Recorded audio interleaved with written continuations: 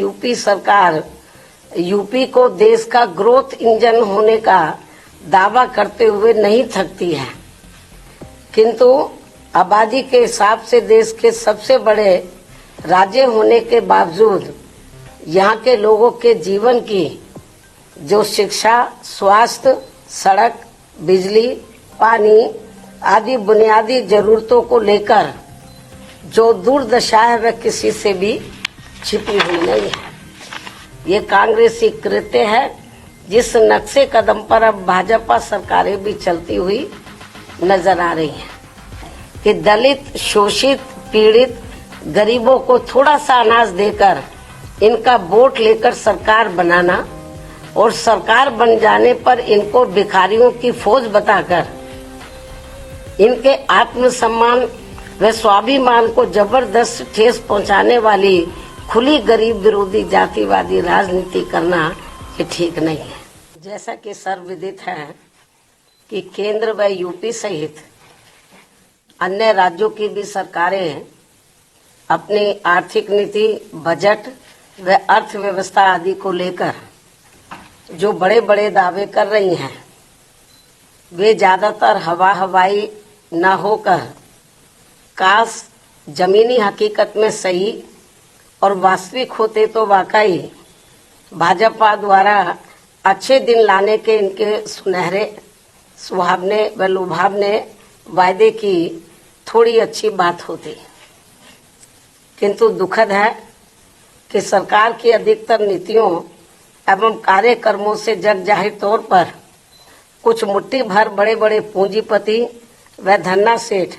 और अधिक धनवान बन रहे हैं। व इन जैसे लोगों की संख्या दिन दोगुनी व रात चौगुनी बढ़ रही है, जो कि ये सरकार की पूंजीवाद समर्थक नीति का जीता जागता प्रमाण है। जबकि सरकारों का सही व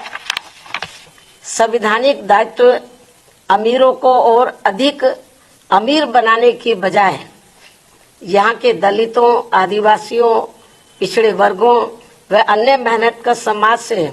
संबंधित रखने वाले करीब 125 करोड़ नागरिकों की गरीबी, बेरोजगारी व हर प्रकार के इनके पिछड़ेपन को दूर करना चाहिए, ताकि इन सबका थोड़ा भला होकर इनके त्रस्त जीवन में बहुअपेक्षित व बहुप्रतीक्षित सुधार लाने की संवैधानिक मंशा पूरी हो सके। लेकिन ऐसा नहीं करना स्पष्टतः सरकार की गरीब विरोधी नीति व कार्यकलाप ही कहलाएगा। और यूपी व देश के ऐसे बिगड़े हालात को लेकर हमारी चिंता स्वाभाविक तौर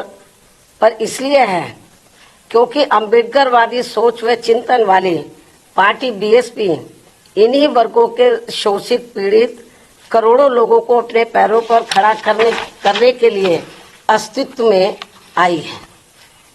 और परम पूज्य बाबा साहब डॉक्टर भीमराव अंबेडकर के जीवन आदर्श की तरह ही लगातार संघर्षरत भी है। तथा साथ ही उत्तर प्रदेश में 4 बार मेरे नेतृत्व में रही सरकार में सामाजिक परिवर्तन व आर्थिक मुक्ति का ऐतिहासिक सुधार जमीन पर उतार करके भी दिखाया है, जो इसका ये खास उदाहरण भी है। इसके अलावा वैसे तो यूपी सरकार यूपी को वर्तमान में जो चल रही है, यूपी सरकार यूपी को देश का ग्रोथ इंजन होने का दावा करते हुए नहीं थकती है,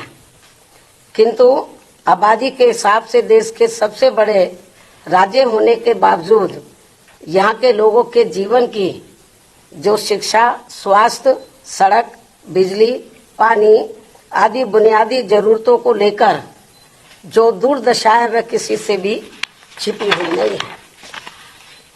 केंद्र की तरह यूपी सरकार के पास भी धन की कमी नहीं है, लेकिन इसका इस्तेमाल यहाँ के गरीब लोगों के हित कल्याण तथा इनके जीवन सुधार में पूरे सही से नहीं होना,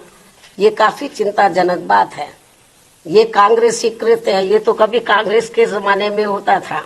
ये कांग्रेसी कृत्य है जिस नक्शे कदम पर अब भाजपा सरकारें भी चलती हुई नजर आ रही हैं। भाजपा व अन्य और जो रीजनल पार्टियों की सरकारें हैं वो भी चलती हुई नजर आ रही हैं, जो बड़े दुख की बात है। इतना ही नहीं बल्कि कांग्रेस सपा सरकार की तरह ही भाजपा सरकार द्वारा भी बाबा साहब डॉक्टर भीमराव अंबेडकर समग्र विकास योजना आदि जैसी महत्वपूर्ण योजनाओं को निष्क्रिय बना देने के कारण हमने जो डॉक्टर भीमराव अंबेडकर समग्र विकास योजना यूपी में शुरू की थी, तो इसको कांग्रेस और सपा की सरकार की तरह ही भाजपा सरकार द्वारा भी डॉक्टर अंबेडकर समग्र विकास, ग्राम विकास योजना आदि जैसी महत्वपूर्ण योजनाओं को निष्क्रिय बना देने के कारण अब गरीब ग्रामीण परिवारों का अपेक्षित समग्र विकास प्रभावित है। जबकि बीएसपी की सरकार ने इस योजना को भरपूर धन देकर गांवों को 17 बुनियादी सुविधाओं से जोड़कर यहाँ लोगों के जीवन में काफी सुधार लाया था। ये बात सर्वविदित है। लेकिन अब आम चर्चा के मुताबिक अधिकांश सरकारों पर लोगों को बसाने से ज्यादा लोगों के घर उजाड़ने के ज्यादा आरोप हर जगह लग रहे हैं। ये भी आम चर्चा है। इसके साथ ही मध्य प्रदेश भाजपा सरकार के वरिष्ठ मंत्री द्वारा विभिन्न सरकारी कल्याणकारी योजनाओं के लाभार्थियों को भिखारियों की फौज बताने से इन करोड़ गरीब अपेक्षितों के प्रति इनकी हीन, संकीर्ण एवं जातिवादी सोच ज्यादा प्रदर्शित होती है, जो ये गंभीर विषय भी है। क्योंकि सरकार द्वारा पहले अपनी गलत नीतियों में कार्यकलापों आदि से इन नागरिकों को महंगाई, गरीबी, बेरोजगारी, अशिक्षा, पिछड़ापन आदि की गुलाम व लाचार जिंदगी में बांधना और फिर सरकारी योजनाओं के तहत इन्हें कुछ राहत देकर अपमानित करना यह अति शर्मनाक है। मतलब मामूली सा राहत देकर। उससे भी दुखद बात यह है कि दलित, शोषित, पीड़ित गरीबों को थोड़ा सा अनाज देकर इनका वोट लेकर सरकार बनाना और सरकार बन जाने पर इनको भिखारियों की फौज बताकर इनके आत्मसम्मान व स्वाभिमान को जबरदस्त ठेस पहुंचाने वाली खुली गरीब विरोधी जातिवादी राजनीति करना ये ठीक नहीं है। और इसकी जितनी भी निंदा की जाए वह कम है। ये विषय हालांकि मीडिया में तो काफी चर्चा में रहा है, लेकिन इसके बावजूद केंद्रीय नेतृत्व ने इसका संज्ञान लेना उचित नहीं समझा, जो ये भी चिंता की बात है। इसके साथ ही यूपी ही नहीं बल्कि पूरे देश में भाजपा सरकारों द्वारा कानून व सरकारी मशीनरी का दुरुपयोग करके धर्म विशेष के नागरिकों व उनके धार्मिक स्थलों आदि को जो टारगेट किया जा रहा है,